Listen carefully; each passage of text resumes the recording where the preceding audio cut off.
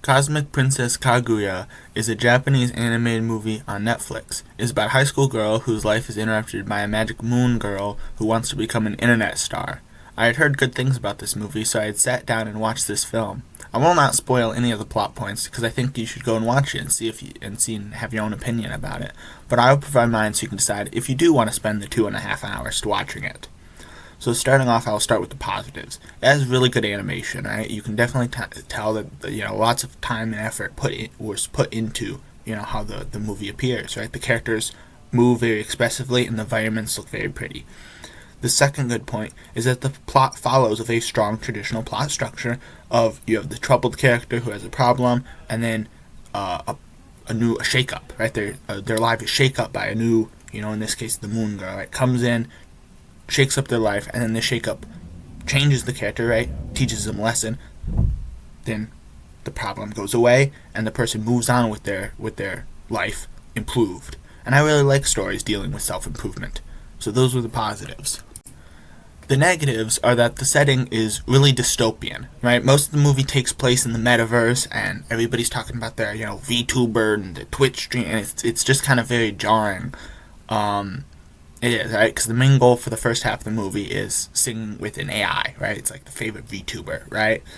And, I mean, it's not the worst aspect, but once again, it's just really jarring, and it's uncanny for a plot to do that, and once again, it's very dystopian, and I'm not the biggest fan of that. Right? The second and the more egregious issue is that the movie just goes on forever. This movie could have been like 1.5 hours easily. Right? Don't get me wrong, the movie does not drag until the last 30 minutes, but I believe a lot could be cut down due to the third problem, which too much happens. Right? Once again, I won't say anything specifically, but if you see it, you should know what I mean. Right? It just keeps going. They keep adding more and more things, and like, oh well, this is done. Okay, well now let's start a new thing. Oh well, this, and then the ending is really unsatisfying because it kind of continues. The plot. He was talking about how I like the plot structure. Well, it doesn't end when the plot the plot structure ends. But then it's like, oh well, I don't really like how that ends. So then once again, you should go watch it just to see what I mean. But I didn't really like the ending, right?